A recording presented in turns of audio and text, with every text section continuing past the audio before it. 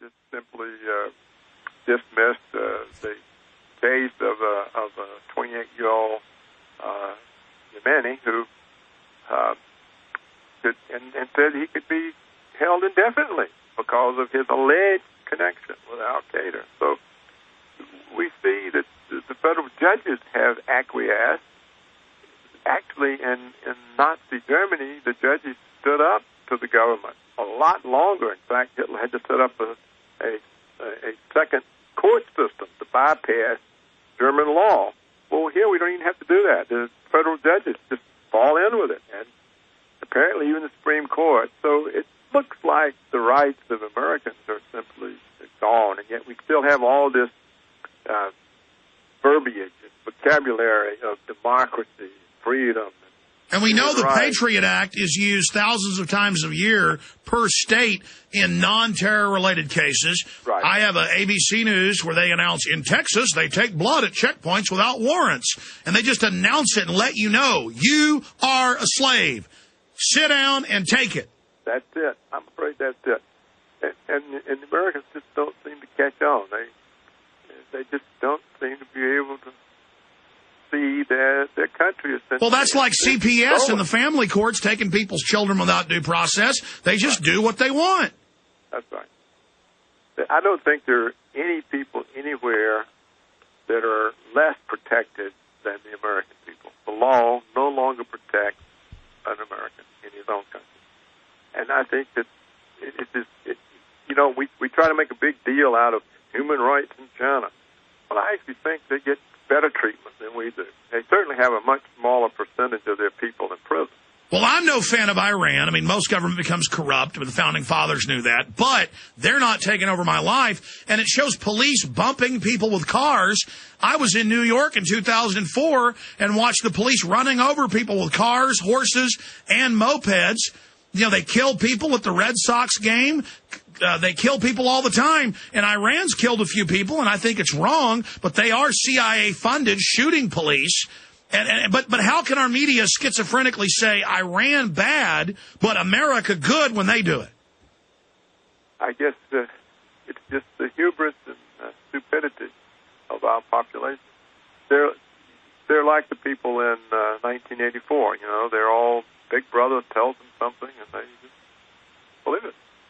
Well, that's another issue. You've read Solzhenitsyn. You've studied history. You've written and edited for the Wall Street Journal. When you read Solzhenitsyn's accounts and other accounts of people in true tyranny, and then you see it all manifesting and growing, they've set the precedent for that same level of Soviet tyranny. Now they're implementing it. It's got to be hard for you to watch. I know it's hard for me to watch. Do you see any way of stopping it? And can you draw some more parallels of what Solzhenitsyn saw? Well, I don't think there's any way of stopping it. It eventually stopped in the Soviet Union because the highest members of the party realized they weren't safe either.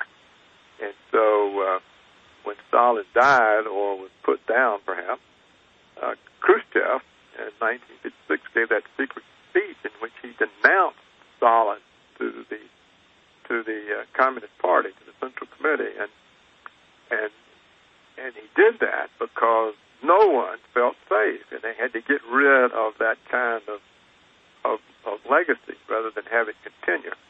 And then, of course, Khrushchev allowed Solzhenitsyn to publish that book, One Day in the Life of Ivan Denisovich, which was a story of the labor camps, the death camps. And so things started loosening up just in order to protect themselves. But it took a long time to reach that point. And so I think no American will be safe. And it won't matter whether you're a critic or not, because anybody could get picked up, or somebody may want your property, or your girlfriend, or your wife, or they may not like you, and so all they got to do is make a charge. And by the way, Dr. Roberts, that's not your opinion. We know how tyrannies work from Rome to today. Most of the time, the machine just wants to beat people up, rob them, rape them, take their property. Most of the people that are being abused will have nothing to do with the real boogeymen. Exactly. That's exactly what it is. And it reached the point where the secret police and the Soviet Union, in order to prove their loyalty, had to find more and more enemies of the people. And what they would do, they would engage in what were called street sweeps. They would just go out in the street and arrest everybody in the street and take them in. And that's how they fill these labor camps with tens of millions of people. Stay there. Let's talk about this more, because I have an article where a guy was selling biscuits delivery, and the police did a sting because his license wasn't right. One day we will all be terrorists. Coming up the next segment with Dr. Paul Craig Roberts, we're going to get into the economy, and I'm going to open the phones up specifically for our guest with questions on the economy. 1-800-259-9231 as we close out the year with our regular guest, the great minds that agree to come on this show and share their researched knowledge with us. 1-800-259-9231. Okay, Dr. Roberts, again, I mean, we know what real hardcore tyranny is, and the Soviets, the Nazis, they always had great excuses for why they were secretly arresting people and torturing them, and now they're going to put different people on trial who've been held 4, 5, 6, 7 years in some cases. Khalid Sheikh Mohammed, they admittedly threatened his family, admittedly tortured him. Now that's admissible. He confessed to bombing buildings that weren't built till 3.5, 4 years after he was arrested. He might as well have confessed to killing Jesus or shooting at the Ford Theater, President Lincoln in the back of the head. I mean, this is really happening. And then you look at the Soviet parallels, reading the letters from Lenin, the orders, where they would say, sir, we've arrested half of this town, 30% of this city. What do we do? And he just said more. It's terror. We want to scare everyone. More blood. You've probably seen those quotes, but, I mean, these people are just nuts. Well, they're evil. And as I said, and I think it's clear, there's no difference today in the legal rights of an American citizen and a Soviet citizen under Joseph Stalin. Neither one has any rights. All your rights can be turned off simply by the government using a few words. They can say you're something you're not. And in fact, they don't even really need to do that anymore. And so we have no rights. There's no doubt about it. And to change the subject before we get to the economy, really quick, did you see that report from the pilots for 9/11 Truth?